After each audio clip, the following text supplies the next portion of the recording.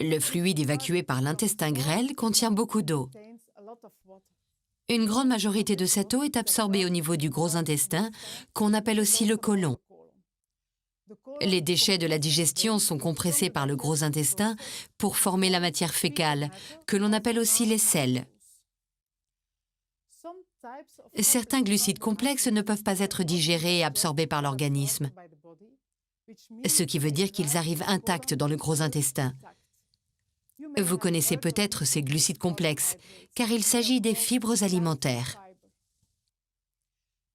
Il faut savoir qu'il y a beaucoup de bactéries dans le gros intestin.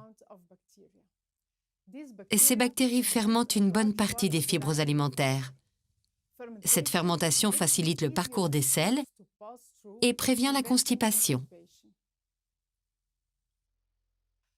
Les selles contiennent des résidus qui ne sont ni absorbables ni utilisables par les cellules de notre organisme. Elles cheminent donc vers l'anus pour être expulsées vers l'extérieur. Dans Digestix, les nutriments non absorbés sont tout simplement rejetés lorsqu'ils arrivent au bout de l'itinéraire. En jouant, tout va relativement vite, mais en réalité, la digestion prend beaucoup plus de temps. Il se passe en moyenne de 15 à 30 heures entre l'ingestion des aliments et l'expulsion des résidus dans les selles. Et encore, seuls 20% des résidus seront éliminés pendant ce laps de temps.